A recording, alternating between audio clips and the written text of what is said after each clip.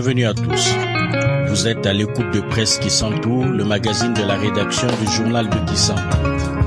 Presse Kisantu est une coproduction de la radio catholique de Kisantu, RCK, et du journal de Kisantu. Presse Kisantu est disponible sur les ondes de la radio catholique de Kisantu tous les samedis à partir de 15h et en podcast sur le site du journal de Kisantu à l'adresse www.journaldekisantu.com www.journaldekisantu.com. Pour nous contacter par WhatsApp, plus 243 89 629 33 30, plus 243 89 629 33 30 et au téléphone au plus 243 852 524 747. Plus 243 852 524 747. Vos remarques, conseils et suggestions sont les bienvenus. Je suis Magloire Mpembi et je vous dis merci pour votre fidélité.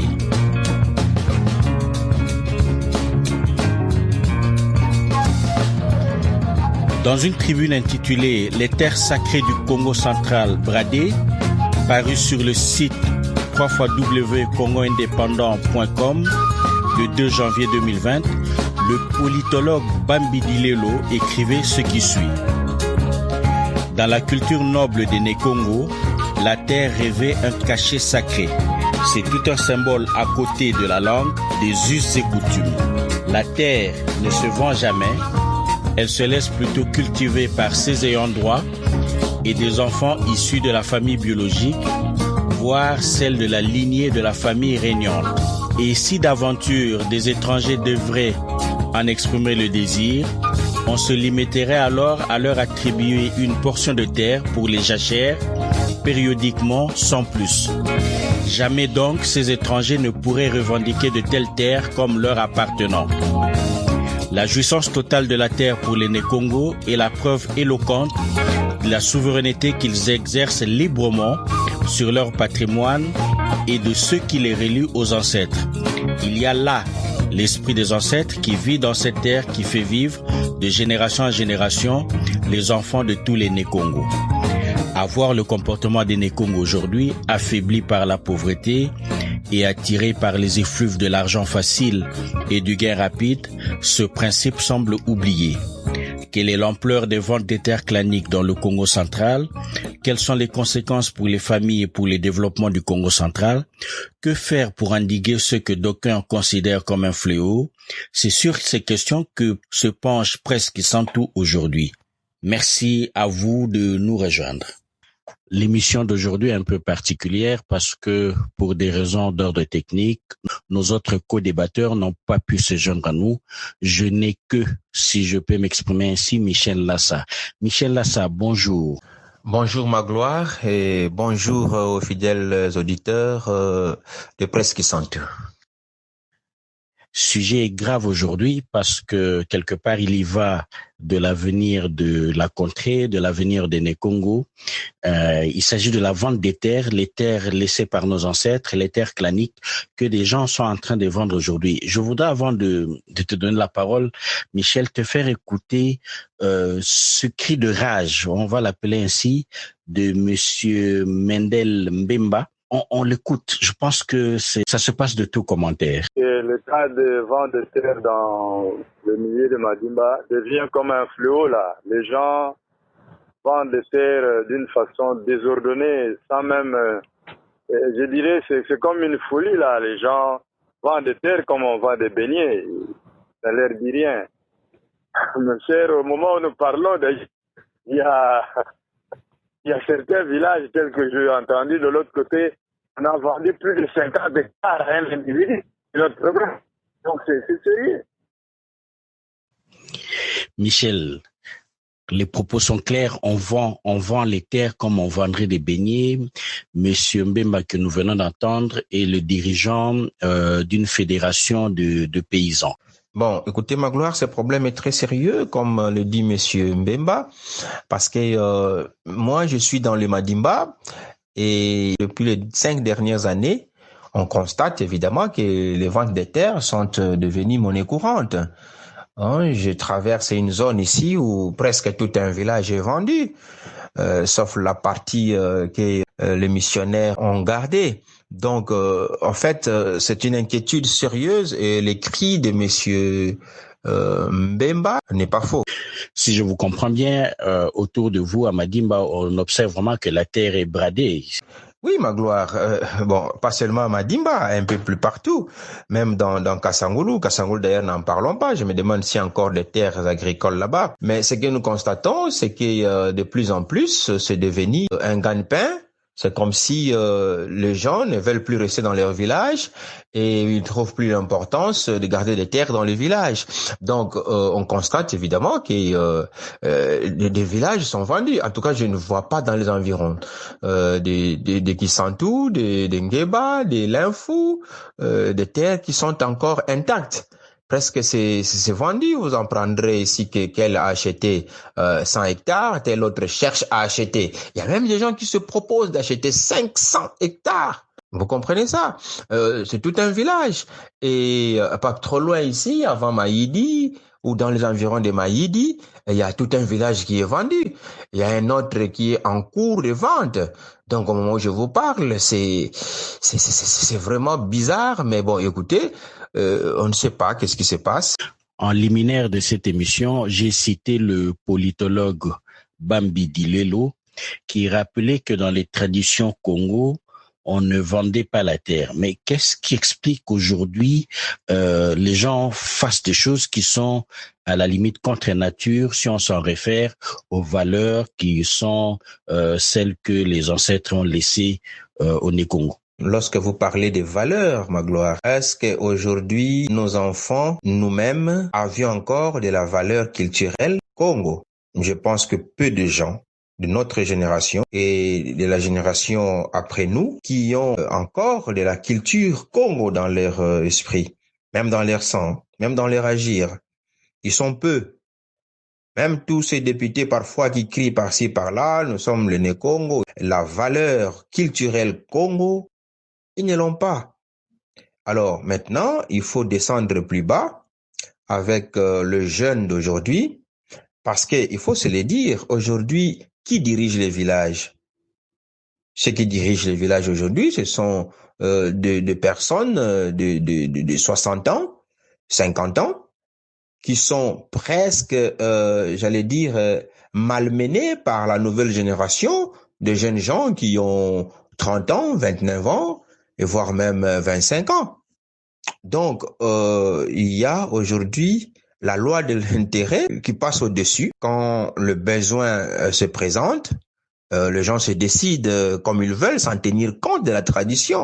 Par exemple, Magloire, est-ce que les jeunes d'aujourd'hui, est-ce que nous, de notre génération, savions encore que dans nos terres claniques vivent nos aïeux, que l'esprit de nos Bambuta, à travers les Nkita, à travers les Bisimbi, vivent encore avec nous. Allez déjà voir comment est-ce qu'on part enterrer des gens aujourd'hui dans les cimetières. C'est devenu une histoire folklorique, c'est sans respect aux morts. Et aujourd'hui, on oublie que dans nos espaces de vie au village vivent aussi nos aïeux, nos grands-parents, dont les esprits vivent parmi nous. Est-ce qu'il y a encore des gens qui pensent? Est-ce qu'il y a encore des gens qui croient? Aujourd'hui, il y a cette affaire de la religion, de Binzambi, qui sont venus supprimer tout ce qui est coutume. Eh bien, écoutez, même la langue à travers laquelle on peut véhiculer la culture, elle a changé dans nos milieux, dans nos villages. On parle des langues étrangères, on parle les lingala, et on ne sait pas tenir nos proverbes en lingala, ça n'a pas d'équivalence. Donc, il y a beaucoup de facteurs qui entrent en ligne de compte et qui aboutissent à des déviations comme celle-ci. Les gens ne savent plus quelle est la valeur de la terre, ils vont jusqu'à en vendre. Autre chose, il y a ce problème de conflit dans les clans. Là aussi, c'est quelque chose qui disperse les gens dans le village et qui disloque le village. Voyez-vous, les conflits dans les clans naissent souvent de par l'usage de la terre. Vous savez que dans nos coutumes, nous, dans nos clans, il y a toujours 3 lignées. Et dans un village, chaque lignée a ses terres de travail. Ils ont dans l'ensemble leur territoire, qui est le village, et une répartition est faite en termes de lignées, qui chaque lignée a son salou, comme on dit. Ils ont leurs terres à cultiver, qui sont distinctes des autres lignées. Et il arrive aussi que les terres d'une lignée cessent d'être productives, c'est-à-dire qu'ils sont usées. Et ils ont tendance de vouloir aller travailler sur les terres d'une autre lignée. Il y a des conflits qui se créent dans les clans. Et également, le problème de vente des terres est aussi lié toujours dans les clans. Lorsque une lignée est éteinte, il arrive qu'une lignée n'a plus dans la descendance. Vous savez que nous, le Congo, nous sommes matriarcat. Lorsque dans cette descendance, il n'y a plus de femmes, et parce qu'il n'y a que des neveux qui règnent, les fils ne règnent pas, il arrive que, écoutez, dans cette descendance, il n'y a plus une femme pour assurer la progéniture. Alors, du coup, les hommes qui restent trouvent que, bon, à quoi va nous servir de garder la terre? Parce que, écoutez, plus personne ne va régner sur notre lignée. Et vous verrez, cette lignée-là se concerte, se détache de 2 autres lignées et ils commencent à vendre leurs terres. Ça arrive un peu comme ça. Ou parfois, si ce n'est pas eux-mêmes qui vendent, ceux qui ont constaté les 2 autres lignées, surtout si dans les 2 autres lignées, il y a le chef de clan, ils se disent, Munanguri, Nakamusiriaka, Vivumuku, donc, écoutez, ils vendent la terre parce qu'ils se disent cette lignée-là est éteinte. Tout ça sont des problèmes aujourd'hui qui se passent dans nos villages. Donc, vous parlez d'un village, de tout un village qui a été vendu. Quand ils ont vendu leur village comme ça, qu'est-ce qu'ils deviennent? Qu'est-ce qu'ils font? Ils vont vivre où? Comment ça se passe? Vous savez, un village, je connais un village qui est vendu à Prenguebala. Qu'est-ce qui s'est passé? Ils ont gardé juste les maisons qui sont sur la nationale numéro 16. Je ne sais pas quelle a été leur motivation, mais ils avaient gardé seulement les habitations qui étaient le long de la nationale numéro 16, et les restes du village, ils l'ont vendu. Comme ça. Ils l'ont vendu. Mais bon, quelques années après, il y a eu des problèmes au niveau du parquet, et puis nous avions appris qu'on a commencé à leur rétrocéder une partie des terres parce qu'ils commençaient aussi à se plaindre. D'autres personnes sont venues d'ailleurs, de Kinshasa, toujours le membre du clan, qui ont haussé les tons. Ils ont essayé de suivre les dossiers au niveau du parquet pour essayer de récupérer si pas tout, mais une partie du village. On imagine bien que ces ventes intempestives de terres vont avoir des conséquences pour les membres du clan ou pour le village même ou pour l'avenir. Je vais vous faire écouter l'extrait d'un documentaire qui est accessible sur Internet et qui parle de ce qui est arrivé à un village dont les terres ont été confisquées par une entreprise. Je vous laisse écouter cet extrait. Les paysans du village Likila ont non seulement besoin de récupérer leurs terres, mais aussi d'être indemnisés pour leurs champs détruits par les vaches de Sogena. En tout cas, matutuvanga mpasi. Mudia muzurvere wabaka mtoto wetu. Ale utusiri unakakuta sangombe kuna mtoto wetu.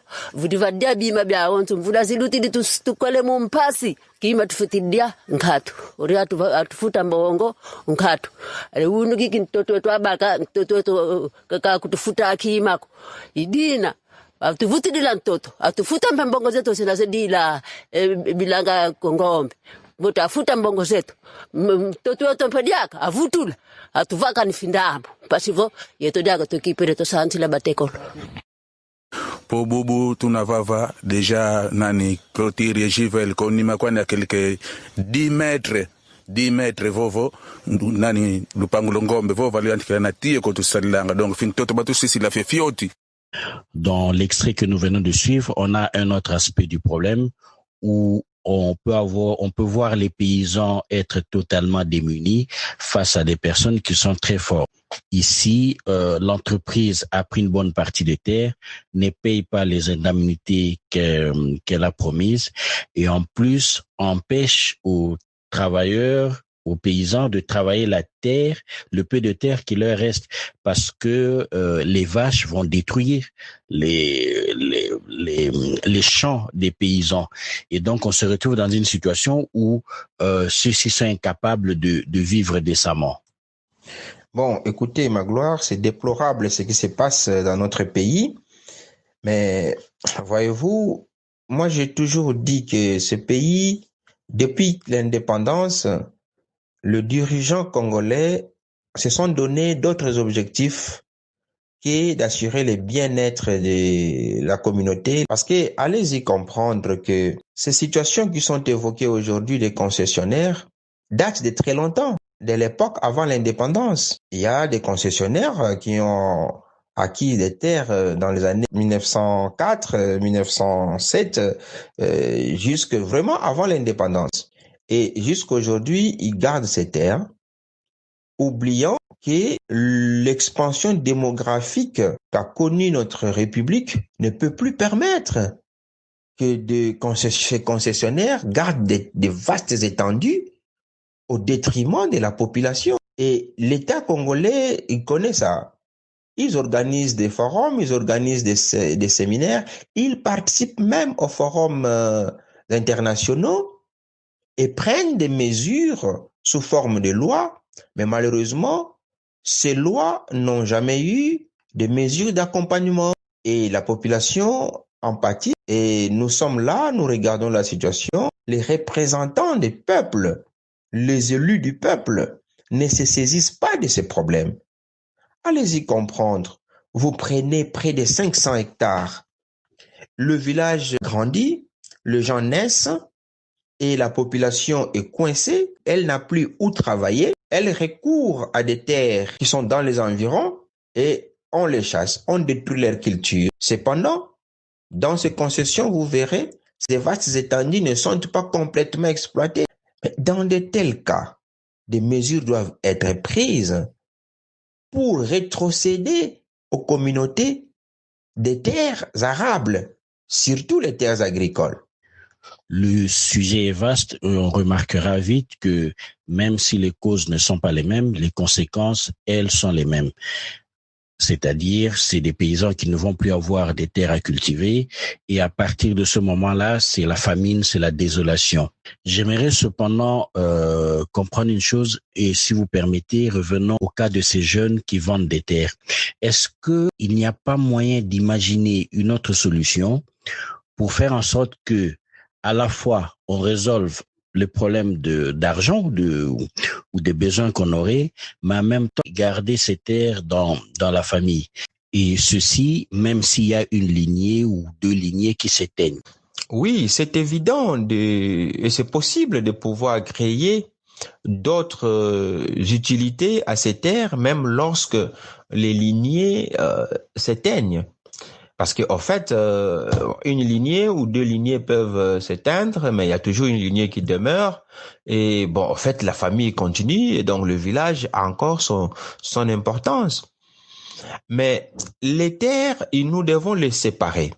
Nous devons distinguer les terres de résidence, les terres agricoles, les espaces culturels, les espaces de marché, et aussi les espaces alloués à l'éducation et aussi les espaces administratifs. Il faut se dire, est-ce que nos villages sont organisés de cette manière-là? Pratiquement, non. Vous verrez qu'il y a peu d'organisation au niveau de nos villages. Il y a peu de structures qui fonctionnent dans le village. Généralement, nos villages n'ont que deux structures, c'est-à-dire l'habitat et les terres arables, donc les terres cultivées.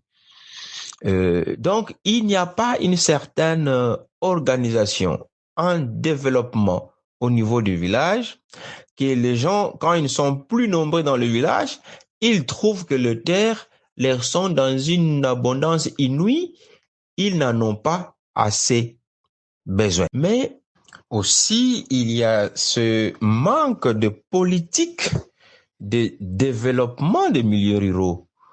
Parce que, écoutez, on ne doit pas laisser les paysans se démener pour assurer le développement de leur village sans un accompagnement du gouvernement. Lorsque on a décidé de décentraliser le pouvoir, c'était pour que l'exécutif se rapproche des bénéficiaires.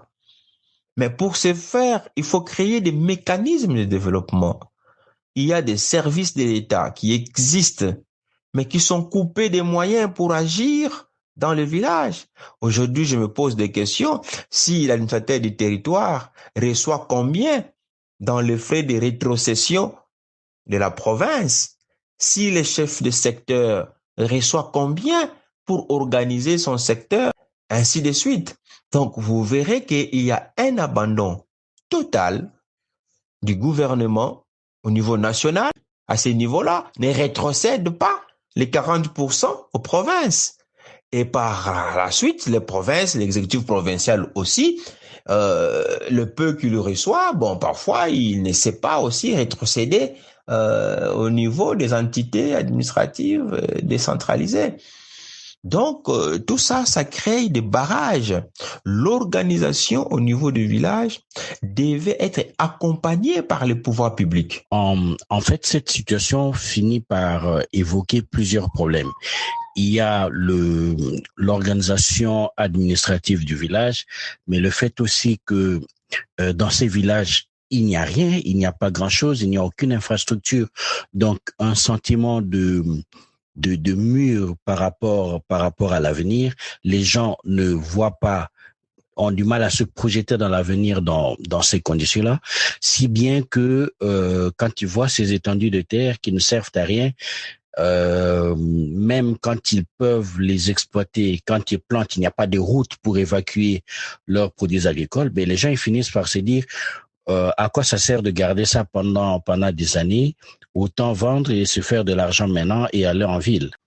Parce que vous verrez que lorsque le paysan vend les terres, qu'est-ce qu'il cherche? C'est l'argent. Mais dès qu'ils ont cet argent, qu'est-ce qu'il fait avec cet argent? Eh ben, il court en ville, s'acheter des habits, s'acheter, je ne sais pas moi, manger des repas qu'ils n'ont jamais goûté. Eh ben, écoutez, parfois, se construire ou acheter une parcelle en ville, après plus rien. Après plus rien. Quelques mois seulement après, vous le verrez encore vivre dans la misère la plus noire et rentrer au village. Mais ce qu'il faut, c'est quoi pour doter des ressources aux paysans?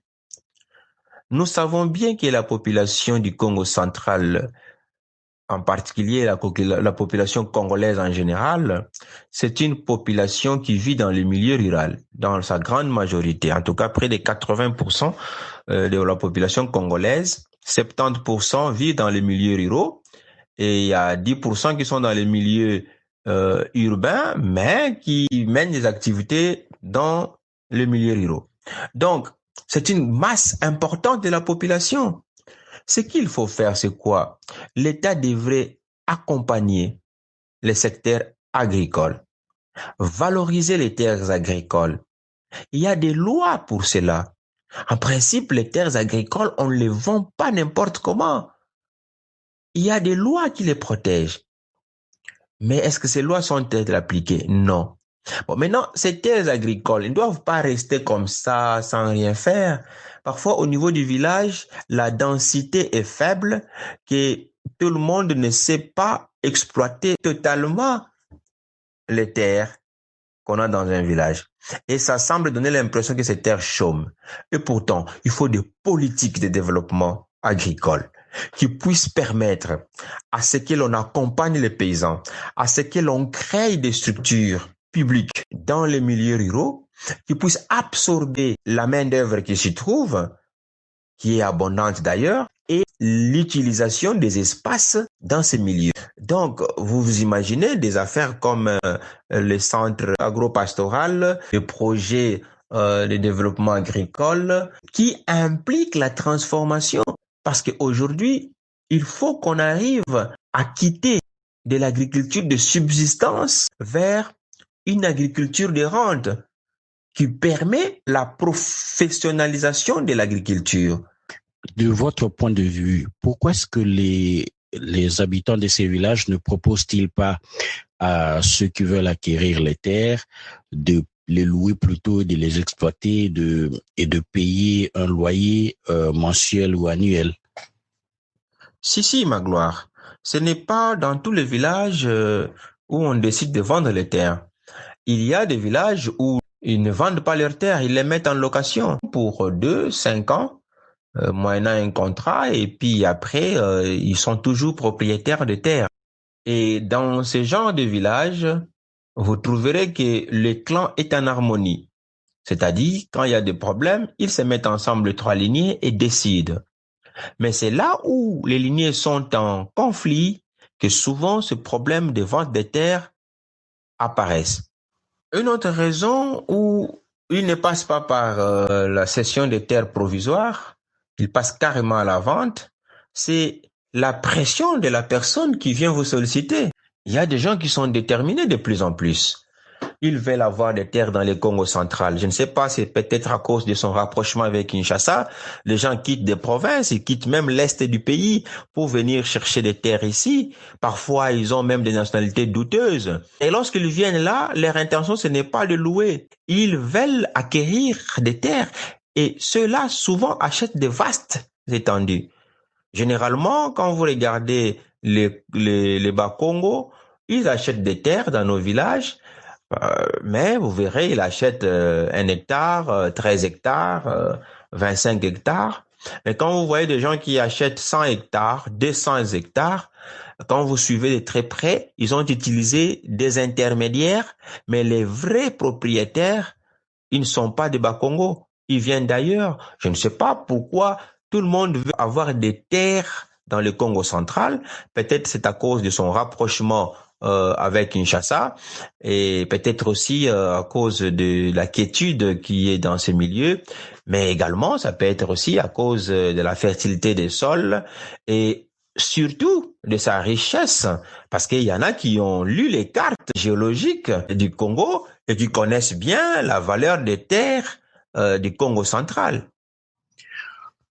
Force est tout de même de constater que même si ces gens achètent des vastes portions de terre, même s'ils mettent l'argent qu'il faut pour avoir ces vastes portions de terre, ces ventes n'apportent pas la richesse, le développement dans nos contrées. Donc ça reste quand même quelque chose de négatif contre quoi il faudrait lutter. Qu'est-ce qu'on peut faire pour endiguer ce phénomène? Avant de te passer la parole, je te laisse écouter Monsieur Nzuzi Mbembe qui, lui, donne son avis sur la manière dont on pourrait s'y prendre pour lutter contre ce fléau. Mais c'est clair, nos députés provinciaux, même nationaux, doivent s'en saisir. D'abord, les députés nationaux, et ce sont eux qui votent les lois. Et ils doivent veiller aussi à l'exécution de ces différentes lois. Et les députés provinciaux, quand vous prenez la loi portant principes fondamentaux de l'agriculture, les députés provinciaux sont censés mettre à disposition de la population des édits qui spécifient les terres, et surtout les terres agricoles, en les protégeant. Donc, des édits qui doivent définir les terres agricoles. Et les députés provinciaux doivent aussi, aujourd'hui, veiller à ce que les terres agricoles produisent avec toujours la loi portant principes fondamentaux de l'agriculture, où l'on parle du programme agricole de chaque province. Et ce programme doit être avalisé par les députés provinciaux. Et si ces populations n'ont plus de terres, eh bien, qu'est-ce qu'elles deviennent? Et dans la loi portant principes fondamentaux de l'agriculture, on parle des terres communautaires. Donc, les terres communautaires, ce sont ces terres qui sont dans nos villages. Et ce sont ces terres-là qui sont en train d'être vendues. Quand vous prenez le statut de chef coutumier, où l'on parle de patrimoine, le chef coutumier, c'est celui qui doit veiller à nos coutumes. Mais aujourd'hui, donc les députés provinciaux doivent normalement se saisir de ces deux lois, Mais malheureusement, voilà, ils s'occupent d'autre chose, malheureusement. Donc, c'est un travail qu'on doit faire. Monsieur Ndouzi Mbembe, lui, insiste sur le rôle que devraient jouer les députés dans la protection des terres agricoles. Qu'est-ce que vous en pensez? Bon, Magloire, je venais de dire tantôt que notre pays a beaucoup de lois, mais c'est souvent les mesures d'accompagnement qui manquent. Ou parfois, les responsables, nos politiciens ne saisissent pas ces lois pour s'occuper de résoudre les problèmes de société, celui de la recherche de bien-être des communautés par le biais de ces lois. En fait, M. Ndouzi Mbembe a raison sur ces déclarations. Il a évoqué une loi, la loi portant principes fondamentaux relatifs à l'agriculture. Mais cette loi, elle est abondante. Et cette loi propose des dispositions qui peuvent permettre à ce que, au niveau du gouvernement, que ce soit même au niveau des exécutifs provinciaux, à travers les édits des assemblées nationaux qui sont votés dans les assemblées provinciales par nos élus, c'est-à-dire les députés provinciaux, il y a de la matière dans ces lois. On donne suffisamment du pouvoir à l'assemblée provinciale, à l'exécutif provincial, pour gérer les terres agricoles dans les provinces. Mais qu'est-ce qu'on attend aujourd'hui pour appliquer ces choses? Moi, je vous dis, M. Ndouzi Mbembe dit qu'il ne manque que des édits, que nos députés réfléchissent sur ces fléaux et proposent des lois à l'Assemblée provinciale et ils donnent de la matière au gouverneur de province pour agir. Mais malheureusement, ici, ça fait une année, dans le Congo central, l'Assemblée provinciale et l'exécutif provincial sont en guerre. Ah ben, ils s'en foutent de nous, la population, ils s'en foutent des paysans. C'est ça les choses qu'ils devaient faire, mais ils ne le font pas. Et nous avons vu d'autres qui ont précédé, ils ont laissé cette affaire des ventes des terres. Ils ne se sont pas saisis tout bonnement des lois qui leur disposent du pouvoir d'agir sur les terres agricoles au niveau des provinces. Donc, bon, c'est dommage. Parce que, en fait, la loi portant principes fondamentaux relatifs à l'agriculture, cette loi préconise deux choses que je peux relever ici. Le renforcement des mécanismes de surveillance des terres à exploitation agricole, mais également le suivi de la production agricole. Or, nous savons que nos terres de Congo central ont une vocation première, ce sont des terres agricoles.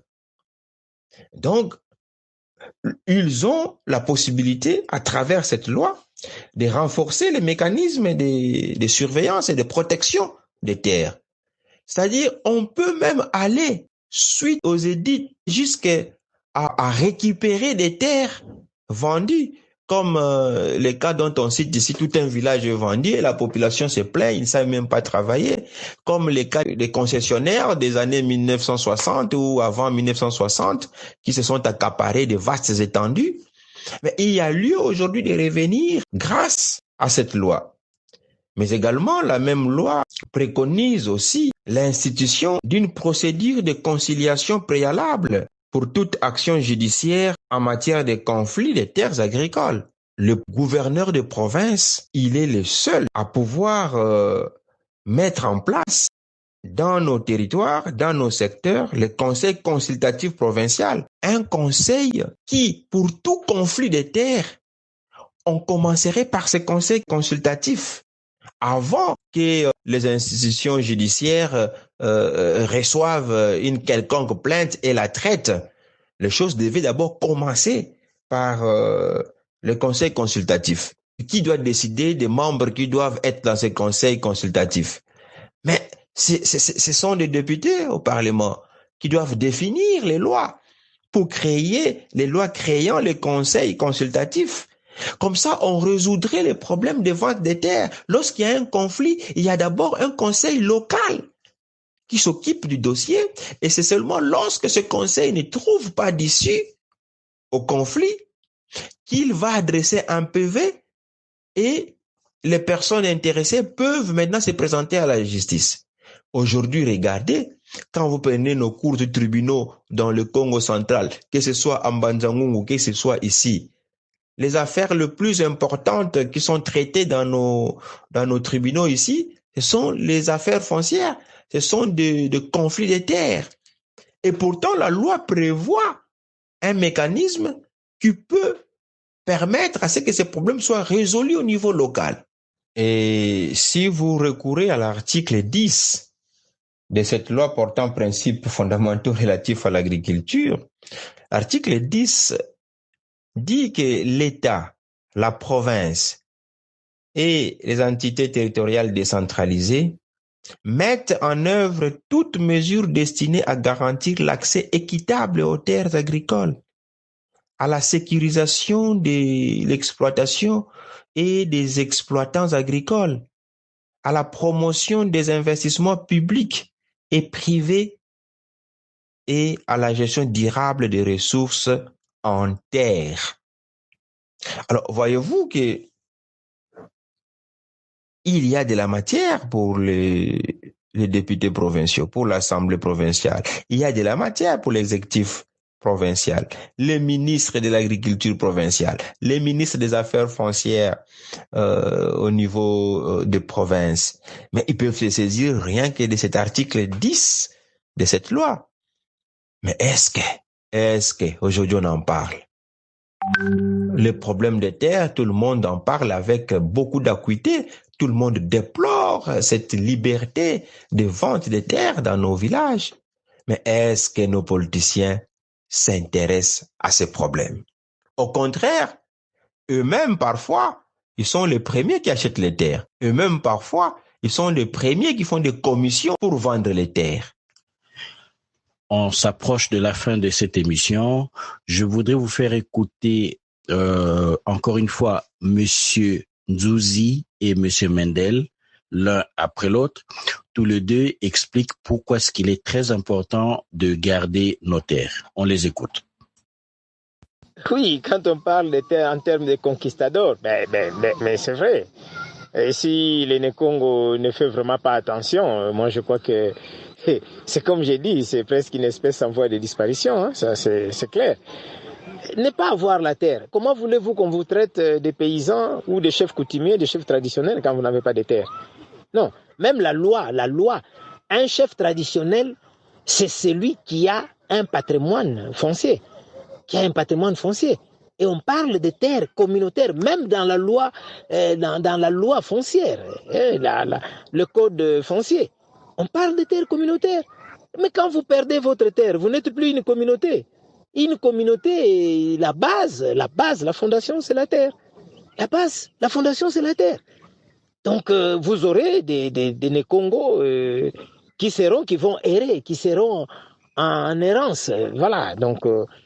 c'est même pas dans 20 ans. Moi, je crois que si on ne prend pas garde, ça va être d'ici 10 ans.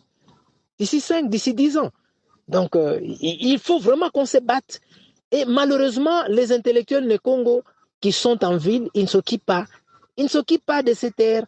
Ils disent non, Namboka, il y a des sorciers, Namboka, il y a des mauvaises, je ne sais pas, la mauvaise mentalité. Ils restent à Kinshasa, ils achètent leurs parcelles, ils achètent leurs appartements. Sinon, ils vont au plateau de Bateke pour acheter les terres. Et voilà, on vend les terres de chez eux dans leur village. En fait, ceux qui restent au village vendent les terres. Et eux qui sont en ville, au lieu de venir réclamer ces terres-là, et ils vont acheter des terres au plateau de Bateke, chez les Bateke et les Baoumbo. Donc, c'est malheureux, hein, c'est malheureux, ça me fait beaucoup de peine.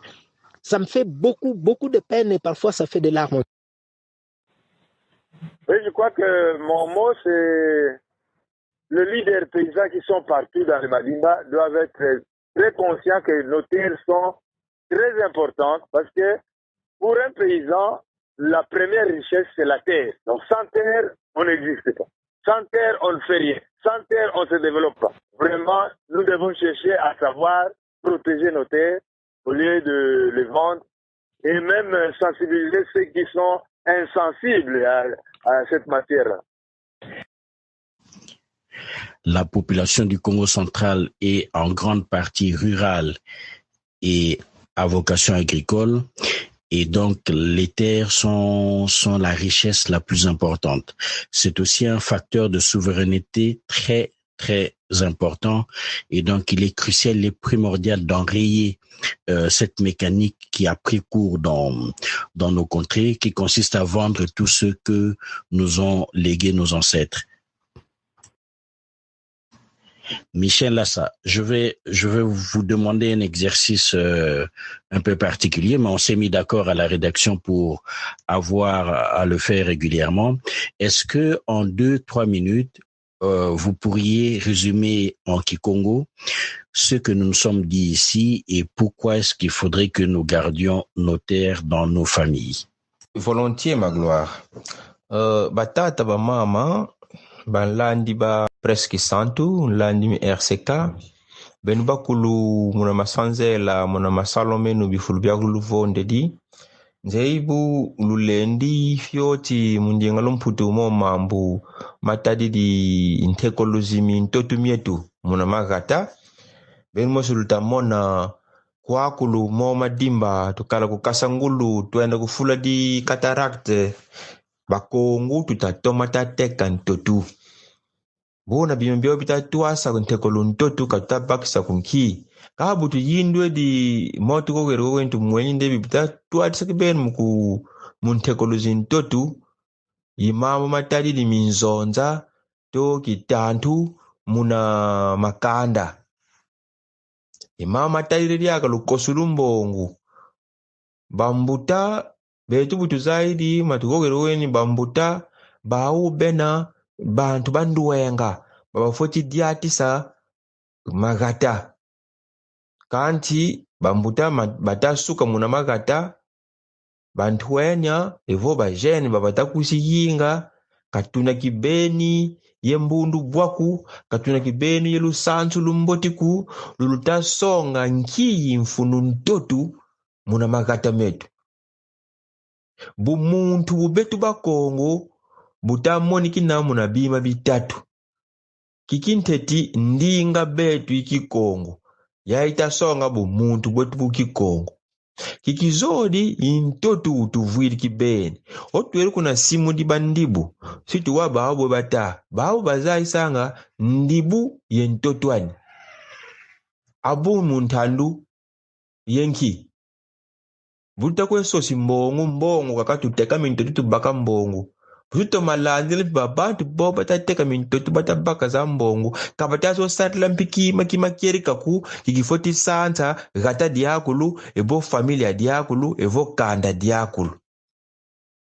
ntotu una mfunu lyambudi betu tutazinga yebasi bazinga kuntuala muntietu ikongo mukizunga ketu kikongo central mukizunga ketu diaka kimadimba bututateka mintotu unu tuzaya nde bankhaka betu myoyo myao mizingilanga kaka gana kizyunga kimagata metu bututateka mintotu tuzaya nde bankhaka betu obateka ntotu munatandu dine dibao betu unu nga banzenza tuna nga futile tuke futila kokweni kabao balunda ntotu una mudiambudi betu mudiambudi bana ba betu diaka tifoti lunda ntotu wenda mudibana betu batekolo betu yentekololo mietu kikina mfunu kakuteka ntotuku ntotu tulendigana boy kudefisa bontu sanga kitemu muntu wisiri bakiri ntotu ngonda mvula mosi mvula zori mvula tanu kunima mvula mitanu mina yambweru mbisalu ntotu kuvutukiri usiri kakau betu bakongu munchikongo kanchi ntotu myotu tateka mimi nkaka nguti bantu tatekele katubazeyuku ye banzenza tutatekila ntotu gata dimvimba sumona batekele akututa kuenda kwebetu bakongo tulombeli lyako bamfumu baluyalu bawo babatadiatisa nti badepite bawo bena nthumwazi betu tata gouverneur kuna matati ye bantu ba gouvernement central ba ministre bakulu batomalanda diambu dio ditedi nkanda mitutabokla honde loi portant principes fondamentaux relatifs à l'agriculture kari tuvuidi